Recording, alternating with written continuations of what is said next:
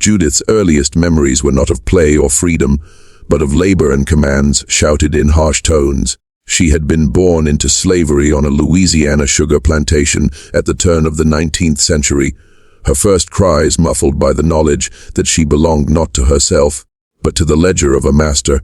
Her very existence was a line of property written in ink, her value calculated not in dignity but in dollars. From dawn until dusk, Judith's world was shaped by the clanging rhythm of the cane fields. She grew up watching men and women march out in long lines, hoes in hand, their backs bent under the punishing sun. Children scarcely older than herself carried water, gathered firewood, or weeded the rows of cane until their fingers blistered. The sound of the overseer's whip cracked across the fields like thunder, a reminder that any faltering step could draw pain. But while Judith's peers were sent into the fields, she was pulled toward the big house, the heart of the plantation where the masters and their families lived. Her fate had been decided by an accident of talent. She possessed a quick hand for cooking. As a child, she learned to shape dough, to stir pots, to season stews. Her elders in the slave quarters had passed on fragments of knowledge, recipes, herbs, the delicate balance of salt and fire. The mistress of the house, noticing her skill, had placed her in the kitchen permanently. For Judith, this change was both a blessing and a curse. The kitchen spared her the breaking labor of the fields, but it chained her to a different kind of servitude. She worked from before sunrise until long after dark, kneading bread with raw knuckles, carrying heavy trays until her arms trembled. There was no rest, no reprieve, only the endless cycle of feeding those who held her life in their hands. Judith's desserts became her identity within the household. She had a gift for turning simple ingredients into delicacies that astonished even the wealthiest guests. Her molasses cakes were soft as air, her fruit pies rich and fragrant, her puddings layered with flavors few believed a slave could master. When visitors dined at the plantation, the master often boasted, "This is the work of Judith, our kitchen girl. She has the hands of Paris herself." Judith would stand silently in the corner, head bowed, forced to accept praise without ownership. Each compliment for her craft became another chain, for her skill increased her master's pride, his wealth, his reputation. She was admired, but never free. Her recipes became celebrated, but they were never hers to claim. The irony was bitter. She created sweetness for others, yet tasted only the bitterness of bondage. The kitchen offered Judith a vantage point few others had. From the shadows of the doorway, she observed her master's feasts, the glittering silverware, the laughter, the wine flowing while slaves stood silently along the walls. She watched as men who whipped others for stealing a spoonful of sugar stuffed themselves with her cakes. But the worst was not the excess of the dining room. It was what followed. Judith had seen guests stumble out into the night, bellies full of her food, and stop only to command the whipping of a boy who had been too slow in lighting their torches. She had seen her mistress slap a child across the face for spilling a drop of wine. Even as she praised Judith's pastries as heavenly, the kitchen walls could not shut out the cries from the slave quarters. Judith had carried trays of food past men with fresh welts on their backs, past women mourning children sold away, past elders bent double under years of toil. These sounds etched themselves into her heart. Every laugh she heard in the dining hall was sharpened by the memory of pain in the quarters. It was in those contrasts, the sweetness of her desserts against the bitterness of slavery, that Judith began to nurture her secret resolve. Though she worked under the eye of the mistress, Judith never forgot the teachings of the older women in the quarters. They had whispered knowledge passed down from Africa, carried across oceans and hidden in songs, in remedies, in the careful gathering of roots.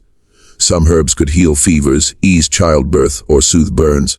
Others carried darker properties, plants that caused nausea, seeds that stopped breath, powders that ate away at the body from within.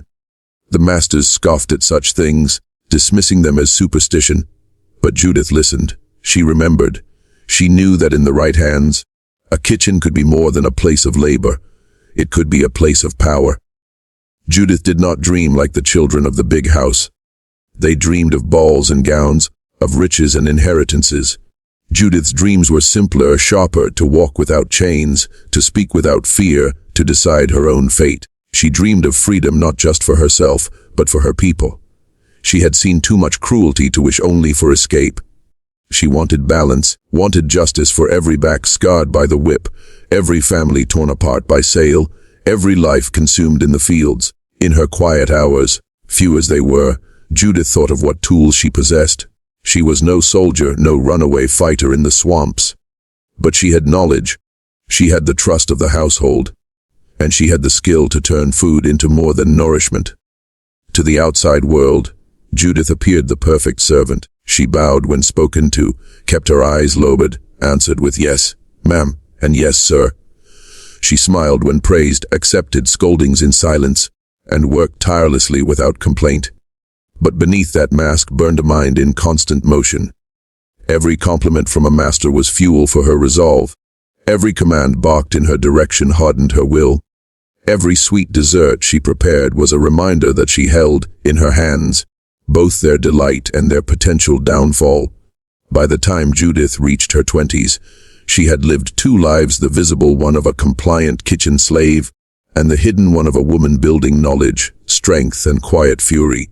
She had seen how masters boasted of her skills, even as they denied her humanity. She had witnessed cruelty so casual it was poured out with wine. It was then, watching the masters feast on her creations while her people starved, that Judith's heart hardened into decision. She would no longer be content to stir sweetness for those who thrived on suffering. If her hands could create joy, they could also create justice. And thus began the long, deliberate shaping of a plan that would turn the very chains meant to bind her into the tools of her resistance. Judith's life in the plantation kitchen had taught her two things. First, that food held the power to control men's moods, and second, that the masters who praised her creations never saw her as more than a tool. They praised the tartness of her pies, the fluff of her cakes, and the sweetness of her puddings, but not once did they look into her eyes and see the woman who made them. That blindness, Judith realized, was her advantage. If they could not see her humanity, they would never see her weapon. The kitchen pantry was a treasure chest disguised as a storeroom. Lined with shelves, it held barrels of flour, jars of honey, sacks of sugar, and bottles of imported spice. Planters took pride in flaunting their wealth through food, filling their cupboards with cinnamon from Ceylon, nutmeg from the East Indies, chocolate from Mexico, and wines from France. But tucked among the luxuries were items the masters barely understood. Traders brought roots, seeds, and powders labeled only in foreign tongues. Some were meant for medicine, others for flavor. To the untrained eye, they were curiosities. To Judith, with her memory of the old women's teachings, they were possibilities. There, in the shadows of the pantry, she recognized plants whose names were whispered in the slave quarters: bitter cassava, foxglove leaves, ground peach pits rich with cyanide, and powders that, when taken in just the right measure, could bring a man to his knees. Every day, Judith entered that pantry under the guise of gathering spices. Every day, she studied, memorized, and tested with the precision of both cook and chemist. Judith did not invent her knowledge of poisons. She inherited it. In the evenings, when work allowed, she sat among the elders in the quarters. There were women who remembered roots from African soil, men who had been medicine keepers before chains had bound them. One woman, Auntie Mabel, spoke of a seed that could cure a fever if boiled but kill if crushed raw. Another whispered of berries that no bird dared eat, their juice red as blood. These elders taught in fragments, often disguising their lessons in songs or riddles to avoid suspicion. Judith absorbed it all. She was careful never to reveal her full intent. Such knowledge was dangerous even among her own people.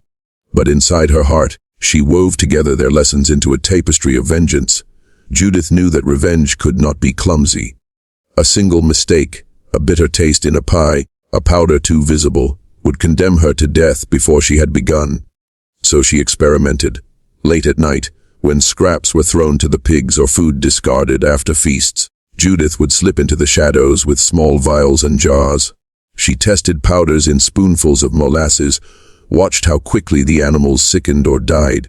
She learned which poisons killed fast and which killed slow, which left obvious marks on the body and which mimicked illness. Her goal was not rage but perfection. Rage could be spotted, perfection could pass as fate. She discovered that a certain powdered root, when baked into custard, brought cramps and death within hours. Another seed, when ground and hidden in wine, mimicked fever so convincingly that physicians would swear it was an infection. She catalogued these lessons in her memory, each discovery a line in her silent recipe book of vengeance. What made Judith powerful was not merely knowledge, but her ability to hide it. She never let her face betray her secret work. By day she was obedient, her hands kneading dough and sugaring cakes. She hummed hymns softly in the kitchen, a picture of calm service. Her masters often remarked on her reliability. "Judith is steady," they said. "A slave you can trust." They mistook her silence for loyalty, never realizing it was calculation. Their blindness was her shield. Each time they praised her desserts, each time they devoured her pies with greedy delight, Judith smiled inwardly. She knew they were praising the very tools that would one day undo them. Judith did not dream of killing recklessly. Her vision was sharper, more symbolic. Each master who fell to her desserts would fall by the very system they had built. The sugar, the spices, the ovens, and the enslaved hands they forced to labor. To Judith, it was poetic. Their greed for luxury would become the blade that cut them down. Every spoonful of pudding, every bite of tart, would carry the weight of generations of suffering. Her mind often drifted to the sight of her people bent double in the cane fields, sweat pouring under the cruel sun. She thought of the lashes that carved scars into backs, the children sold at auction, the mothers who wept at night. For them, she sharpened her weapon. For them, she crafted sweetness that could kill. One night, as she stood alone in the kitchen, Judith pressed her hand against the heavy wooden table where she kneaded dough each day. She whispered an oath, soft enough that only the shadows heard her.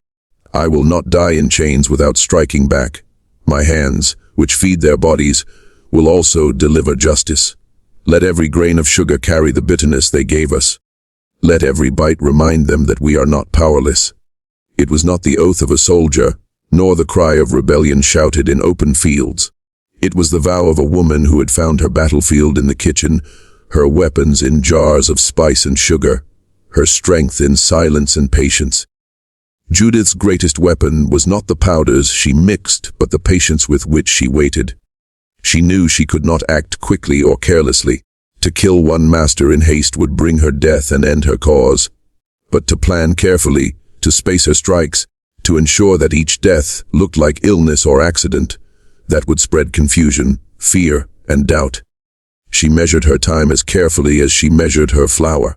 Years of labor had taught her that sugar must cook slowly to caramelize, that dough must rise patiently before baking. Revenge, she decided, was no different. It would take time to reach perfection, and Judith was willing to wait. The night of Judith's first strike began like many others, with orders barked from the mistress of the house, with the rattling of pots and the glow of fire in the kitchen hearth. To the white guests invited to dine, it was to be an evening of music, laughter, and indulgence. To Judith it was the beginning of her silent war. Summer had pressed down heavy upon Louisiana that year, the air thick with humidity and the scent of cane fields swaying in the breeze.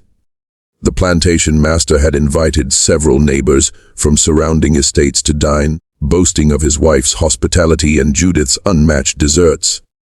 The big house was dressed in its finest. Silver candlesticks gleamed on the table, polished until they nearly blinded the eye. White linens draped over oak, crystal glasses sparkled with imported wine. The guests arrived in carriages, their boots clicking on the veranda as enslaved men hurried to open doors and take coats. Laughter filled the air, along with the faint strains of a violin played by another enslaved youth in the corner. Judith moved silently among them, carrying platters, her face lowered as custom demanded. But her eyes missed nothing. She saw the way the guests gestured lazily to servants, the way they bragged of their crops and their profits, never once acknowledging the men and women whose backs bent in the fields to produce them. She saw the mistress smile while clutching her pearls, saw the master boast while refilling glasses of wine. and she thought of the powders tucked away in her apron. The mistress's voice rang out over the kitchen clamor. "Judith, prepare your fig tart, the spiced one. Our guests have come to expect it." Judith nodded. She had prepared the dessert countless times before, a sweet custard baked over figs, glazed with sugar syrup that crackled when cut. It was a dish the guests adored, light yet rich, fragrant with cinnamon and nutmeg. But tonight, its sweetness would be laced with bitterness unseen. The kitchen grew hot as Judith bent to her work. She kneaded the crust with strong, steady hands, rolled it thin, and pressed it into the pan. She simmered figs in honey until they softened into jam, filling the room with a sweet, heavy scent. Then, as the custard mixture was poured, she slipped her hand into her apron. From a small vial, she drew a powder ground fine as flour. Her movements were careful, measured, no tremor, no haste. She had tested the dose in secret, perfecting the balance between subtlety and certainty. Too much would bring suspicion, too little might fail. Just enough, and the poison would be swallowed as though it were nothing more than spice. She stirred it into the custard, folded it into sweetness until no trace remained. The tart was baked, glazed, and cooled, its surface shining like golden glass. To all the world it was simply Judith's finest creation. But Judith knew better. The guests dined long before dessert. Judith served roasted meats, stewed vegetables, and cornbread, the dishes disappearing from trays as the men grew loud with wine. They laughed at stories of hunts and harvests, their voices filling the hall while servants slipped silently around them. Judith stood in her corner, hands folded, waiting. She felt her heartbeat rise and fall, but her face betrayed nothing. At last the mistress clapped her hands. Judith the tart. The moment had come. Judith carried the fig tart into the dining hall on a silver tray, its sweet scent rising like a crown. A hush fell for a moment as the guests admired it. Then the master himself took the knife and sliced the first piece. "Ah, Judith has outdone herself again," he said, placing a portion on the finest china and sliding it to his guest of honor. One by one, the slices were served, the crust crumbling, the custard smooth. Forks clinked against plates as the guests took their first bites. Their faces lit with pleasure. "Delicious," one declared. "Perfect, as always," said another. Judith watched, her hands steady at her sides, her gaze fixed on the flicker of the candles. She did not smile. She did not frown. She stood as she always had, silent and invisible while her weapon worked its way into their veins. At first, nothing seemed amiss. Conversation flowed easily, the tart praised, more wine poured. Judith slipped back into the kitchen, her heart pounding, unsure if her plan would succeed. She had imagined this moment so many times, yet now that it was here, she felt suspended between terror and triumph. Then the sound came, a cough, sharp and sudden, echoing from the hall. Another cough followed, harsher, desperate. Chairs scraped against the floor. Voices rose in confusion.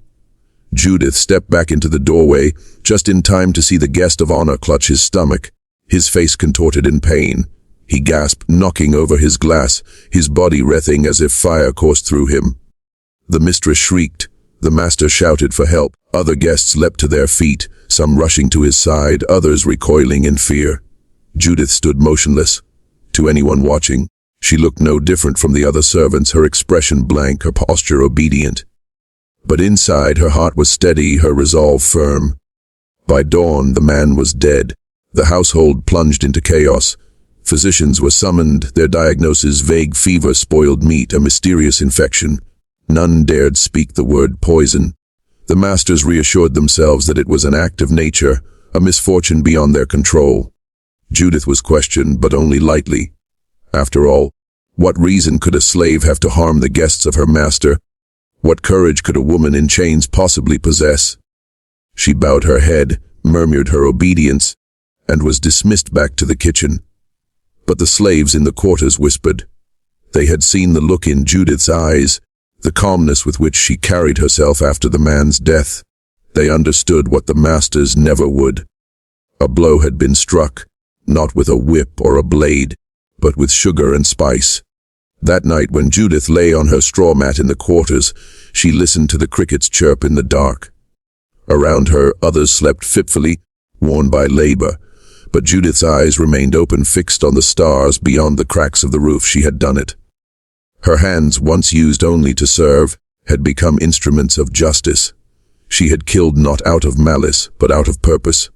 And though the masters would never suspect, though they would sit again at her table with smiles on their lips, she knew the truth: their days of safety were over. The first feast had ended, but her war had only just begun.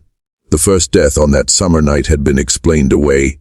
A fever, the physicians insisted, or a bad stomach from spoiled meat. The masters, so certain of their superiority, could not imagine that a slave's hands had guided the man's fate.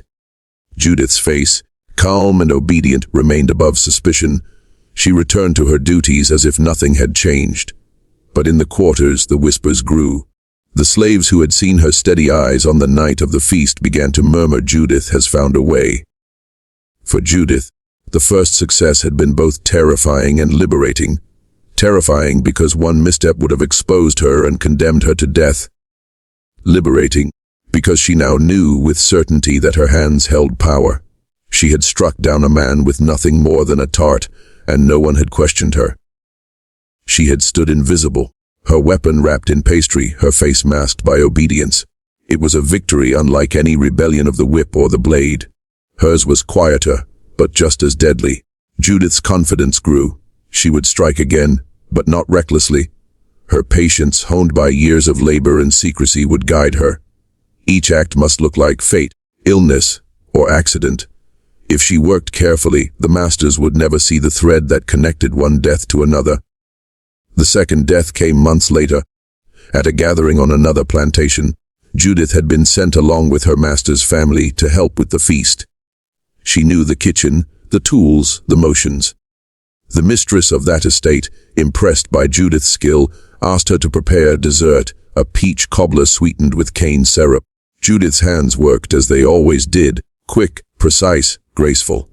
But as she folded the peaches into the crust, she added her secret ingredient, a powder that brought cramps and agony within hours, but no trace upon the tongue. That night, the plantation's owner laughed loudly at the table, praising Judith's cobbler as heavenly. By dawn his laughter had turned to moans, his face pale, his body convulsing. He died before the physician arrived. The household mourned. Once again illness was blamed, and once again Judith returned home in silence, her weapon unnoticed. A year passed. Judith waited. She did not strike often, for repetition bred suspicion. But when another opportunity presented itself, another feast, another table filled with greed, she prepared molasses pudding, smooth and sweet, its surface glistening under candlelight. The victim this time was a cotton baron, a man known for driving his slaves harder than any in the parish. His fields were said to be watered with sweat and blood. Judith had heard stories of his cruelty, stories of men whipped until they could no longer stand, of children beaten for the smallest mistake. When his spoon dipped into her pudding, Judith thought of every lash he had ordered. Hours later, as he writhed in agony, she felt no guilt, only justice. By the time the third man was buried, rumors began to stir. The deaths looked too similar: sudden illness, violent pain, no clear cause. Physicians muttered about strange fevers and unwholesome air, but their explanations rang hollow. Still, none dared to accuse a slave. To suspect Judith would be to admit that a woman in chains had outwitted the most powerful men of the parish. The masters could not bear such a thought. Their arrogance blinded them. But in the quarters, the story spread like wildfire. Slaves on neighboring plantations began to whisper of Judith's deserts. Some called her deliverer, others silent fire. They said she had found a way to make sugar itself turn against those who had built empires upon it. To the enslaved, Judith was no longer just a cook. She was a symbol of hope. Over the course of 3 years, Judith's quiet campaign claimed 8 lives. Each time she varied her methods. A tart, a pudding, a glazed fruit dish, a custard. Each time she measured carefully, ensuring the poison blended seamlessly with spice and sugar. The masters dined in luxury, praising her skill, never realizing that their delight carried their doom. Some deaths came quickly, within hours; others lingered, stretching into days of suffering. But all ended the same, with another plantation thrown into mourning, another family whispering of illness, Another slave community secretly celebrating a strike against their oppressors. Judith never gloated. She never spoke of her acts aloud. She wore her mask of obedience with perfection, but inside she carried a quiet satisfaction. She had done what few dared even dream. She had turned the tools of her captivity into weapons of rebellion. By the time the eighth man was buried, fear began to creep into the masters' hearts. They noticed the pattern at last. The victims had all dined at feasts where Judith's desserts were served. Physicians still debated. Some swore it was a sickness carried by food, others that the humid air bred strange fevers. But whispers of poison began to circulate among the wealthy. Their laughter at Judith's desserts grew hesitant. Some began to refuse sweets altogether, their fear stronger than their greed. And yet, despite their suspicion, they dared not act openly against Judith. To accuse her without proof would bring shame upon them. How could a slave girl, a kitchen hand, outwit men of power? For the enslaved, Judith's chain of deaths became legend. Her name was spoken in hushed tones, a mixture of awe and reverence. Mothers told their children, "Judith fights for us with sugar." Men in the fields, broken by the whip, found strength in knowing that somewhere justice was being served. Her story spread far beyond her plantation. Slaves from other parishes carried the tale, shaping it into song and prayer. To them, Judith was proof that resistance did not always roar. It could whisper, it could hide in sweetness, it could strike in silence. And yet, Judith remained the same outwardly, obedient, silent, hard-working. The masters saw only what they wanted to see. They praised her pies, complimented her puddings, and dismissed her as harmless. But inside, Judith knew the truth. She had become a weapon sharpened by patience, a storm hidden in sugar. She had shown that chains could not crush the will of a determined spirit, that even the smallest hands could shape the fate of the mighty. Her chain of deaths was not just vengeance. It was a message written in sweetness and bitterness alike. We are not powerless. For 3 years Judith had walked her tightrope of vengeance with flawless balance. 8 masters had fallen, each death hidden behind the mask of fever or sudden illness. In the quarters, her name was whispered like a prayer. In the great houses, her deserts were still praised, though with less laughter than before. But even the cleverest plan leaves traces. Judith's chain of deaths could not remain invisible forever. At first, the masters resisted the thought. To believe a slave had outwitted them was unthinkable. They preferred to blame the swamp air, bad meat, or even the will of God. Yet patterns grew harder to ignore. More than once those who died had eaten Judith's desserts. More than once she had been present at the feasts, and while the masters scoffed at the idea of poison, the women in their households, wives and daughters who watched more closely, began to murmur, "I do not trust that girl," one mistress whispered after a funeral. "She stares too calmly. She never weeps." "Judith," another replied, shaking her head. "She is steady, quiet, obedient. Why, she makes the sweetest puddings I've ever tasted." But the seed of doubt had been planted. The change came slowly. Guests began to hesitate when Judith entered the dining hall. Once, forks would rise eagerly at the sight of her tarts. Now, men looked at their plates with unease. Some refused desserts altogether, waving them away with forced laughter. "I must watch my figure," one master joked, though his eyes betrayed something darker. Even children grew wary. A little girl no older than 10 whispered to her mother, "Mama, does Judith's pie make people sick?" The mistress had hushed her quickly, but Judith had heard. The words struck her heart like cold iron. The veil of invisibility, her greatest shield, was beginning to tear. It was the physician who gave shape to the growing fear. He had attended too many of the deaths, seen too many bodies twisted in pain. At first, he too had spoken of fever, of flux, of acts of providence. But repetition sharpened his suspicions. One evening, after yet another burial, he pulled the master aside. "Have you considered," he said carefully, "that these deaths may not be natural?" The master frowned. "What are you suggesting?" The physician lowered his voice. "Poison." The word hung in the air like smoke. The master scoffed, but he did not laugh. That night, for the first time, he studied Judith closely as she worked in the kitchen. Judith sensed the change before it was spoken. She noticed the way eyes lingered on her longer than before, the way conversations hushed when she entered the room. Plates of dessert were left unfinished, half-eaten, as though suspicion soared the sweetness. But Judith wore her mask more carefully than ever. She bowed lower, smiled softly, obeyed instantly. She offered no sign of rebellion, no spark of malice. If they looked for guilt in her face, they found only humility. Yet inside, her thoughts raced. She knew she could not strike again soon. To do so would invite ruin. She must wait, let suspicion cool, even if it meant watching her enemies eat and live. Her war depended on patience. It was Judith's mistress who finally broke the silence. She had watched Judith for years, admired her skill, boasted of her to every guest.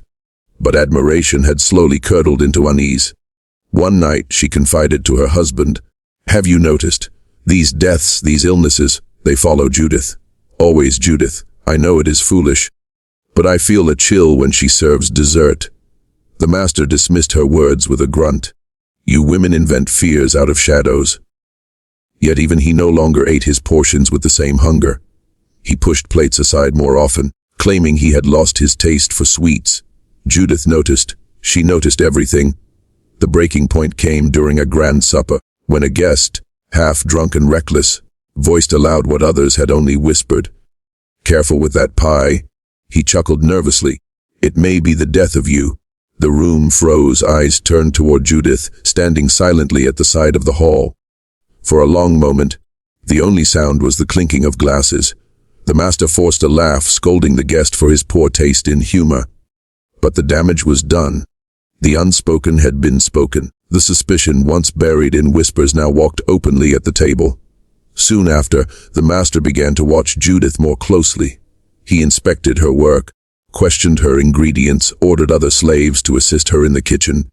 He wanted eyes on her at all times. The physician suggested testing the food, though his tools were crude.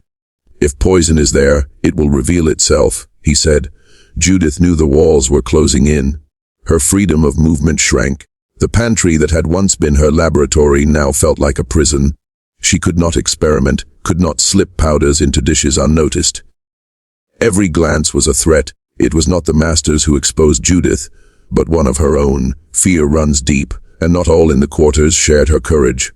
One night, an older slave, terrified that suspicion would fall upon them all, confessed what he suspected, that Judith mixed more than sugar in her recipes.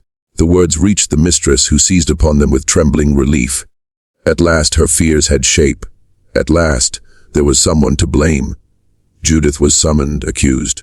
She stood before them in the great hall, the master's eyes upon her, the slaves silent in the shadows. The mistress's voice shook as she spoke. You poisoned them. Tell the truth, girl. Tell it." Judith said nothing. Her silence was her final shield. To confess would be to condemn herself. To deny would be to beg for mercy she did not want. She bowed her head, neither guilty nor innocent, a statue carved of calm defiance. In that silence, the truth became clear to all. They saw now what they had been blind to for years, that the quiet girl in the kitchen had carried power they never imagined, that their deaths had been baked into the very desserts they praised. The masters called for punishment. The slaves, in their hearts, called it justice. Judith's mask had fallen, her war of sweetness and silence was at an end. When Judith was finally accused, her fate was sealed. No slave could stand before the word of masters and live. Whether she confessed or denied mattered little. Her silence was her final act of defiance. She had struck her blows, and now the oppressors would strike back. Her death, whether by gallows, by fire, or by the lash, was meant to erase her rebellion, to frighten others into obedience. But in trying to bury her memory, the masters ensured the opposite. Judith's story, carried on whispers and songs, became stronger than chains. For the slaves who toiled in cane fields and kitchens, Judith's tale was more than a record of deaths. It was proof that power did not belong only to the whip and the rifle.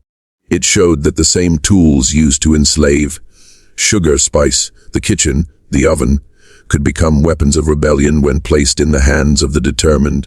Judith had not shouted her defiance in the fields. She had whispered it in pies and puddings. She had not raised a blade, she had raised a spoon. Yet her blows landed with as much force as any rebellion. Her story carried the lesson that resistance comes in many forms, and even the quietest hand can bend the course of power. In the quarters, Judith's name became legend. Mothers hushed their children at night with songs that carried fragments of her story. Sweet hands, strong heart, sugar turned to fire. Men in the fields, broken by labor, whispered of her courage and felt their backs straighten with pride. Some said she had been taken to the gallows with her head held high, refusing to cry out. Others said she had smiled at her masters as she faced her death, as if to say, "You will never unmake what I have done." Still others claimed she escaped, slipping away into the swamps, living free among maroons and watching from the shadows as fear spread across the plantations. The truth mattered less than the lesson. Judith had become more than flesh. She was story, symbol, inspiration. For the planters, Judith's tale carried a different lesson. The illusion of control was fragile. They had believed their wealth, their guns, and their chains made them invincible. Yet one enslaved woman, with flour on her hands and fire in her heart, had undone them. Even after her death, masters eyed their kitchens with suspicion. They questioned the food on their plates, looked nervously at the pies their slaves carried to table. The sweetness they had once demanded turned to dread in their mouths. Judith had left them with a poison that no antidote could cure: mistrust. Most stories of rebellion speak of warriors, men with machetes in the fields, armies rising against tyranny. Judith's rebellion was different. It was quiet, hidden, patient. She worked alone, without banners or allies, without open battle. Her courage was not the roar of battle, but the stillness of a woman who planned carefully, struck with precision, and accepted her fate with dignity. She showed that heroism is not always loud. Sometimes it is silent, sometimes it is sweet, sometimes it comes in the hands of those whom the world believes powerless. Judith's story taught generations that even in the darkest bondage, agency could be claimed. She proved that resistance was not a single shape. It could be open revolt, secret escape, or the cunning sabotage of daily life. Every strike of her spoon reminded her people that chains did not strip them of intelligence, courage, or will. She turned despair into strategy, suffering into strength. To the oppressed, her lesson was clear: never believe you are powerless. Power hides even in the smallest act, if done with purpose. For those who would come after, the descendants of slaves, the inheritors of freedom, Judith's tale carried another message of freedom is not a gift handed down. It is carved out by courage. She did not wait for kindness from her masters, nor for laws to change. She took justice into her own hands, even knowing the price would be high. Her lesson to future generations was that dignity sometimes requires risk, and justice sometimes requires sacrifice. Her story was not meant to glorify death, but to remind that living without resistance is a death of its own. In the end, Judith's rebellion was not about poison. It was about transformation. She had taken the tools meant to sweeten the lives of her oppressors and turned them into instruments of reckoning. She had transformed sugar, the very symbol of their wealth and her suffering, into the weapon that undid them. This transformation was her true lesson: nothing is fixed. Chains can become tools, kitchens can become battlefields, desserts can become justice. What enslaves you can also empower you if you dare to twist it into something new. Long after Judith's death, her story survived in whispers, in folktales, in half-sung lullabies. It survived because it carried not only vengeance but hope. Every time a child heard of Judith's deserts, they learned that courage could live even in silence. Every time a master grew uneasy at his own table, it was proof that her strike had reached farther than any blade. And every time the story was told, Judith's spirit lived again, not as a slave, not as a victim, but as a woman who chose her own weapon, her own battlefield, her own legacy. The lesson of Judith is simple yet eternal: no one is truly powerless. Power can be found in the humblest places, in the soil, in the kitchen, in the quiet determination of a heart that refuses to break. Judith's chains were real, but they did not bind her spirit. Her masters believed her hands existed only to serve, yet she used those very hands to deliver justice. They tried to erase her, yet her story endures. The sweetness she created lives on, not in taste, but in memory, a sweetness sharpened by fire, a reminder that oppression always carries the seeds of its own destruction. Judith, the woman who turned sugar bitter, gave the world a truth that cannot be forgotten. Resistance takes many forms, and courage can rise from anywhere, even the kitchen of a slave.